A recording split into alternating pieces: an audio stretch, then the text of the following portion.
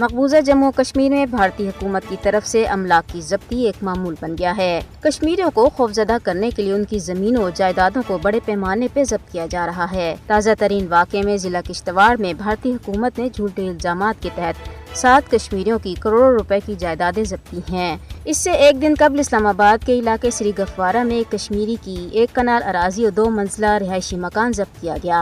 मोदी हुकूमत की फिरका परस्त भारतीय हुकूमत ने अगस्त 2019 में मकबूजा जम्मू कश्मीर की खसूसी हैसियत खत्म करने के बाद से कश्मीरियों को उनकी जमीनों, मकानात और दीगर अमलाक से महरूम करने का सिलसिला तेज कर रखा है। इस इकदाम का बुनियादी मकसद कश्मीरियों को मफलूकुल हाल बनाना और जब्त की गई जायदादें भारतीय हिंदुओं को देकर इलाके में मुसलमानों की अक्सरियत को अक़लियत में बदलना है। मोदी हुकूमत मकबूजा इलाके में मुसलमानों की अक्सरियत को अक़लियत में बदलने के लिए बिल्कुल उसी पॉलिसी पर अमल पैरा है जो इसराइल ने फ़लस्तीन में अपना रखी है। कश्मीरियों से उनके घरों, ज़मीनों और दीगर अमलाक छीन कर उन्हें तहरीक आज़ादी से वाबस्तगी की सज़ा देकर अपने ही वतन में अजनबी बनाया जा रहा है।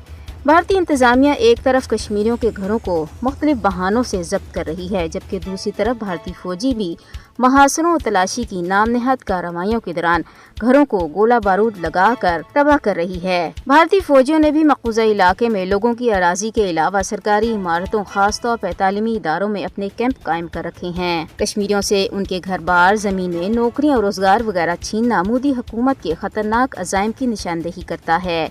कश्मीरियों का वाहिद कसूर ये है कि वो अक़वाम मुत्तहिदा की करारदादों के मुताबिक अपने पैदाइशी हक खुदरादियत का मुतालबा कर रहे हैं।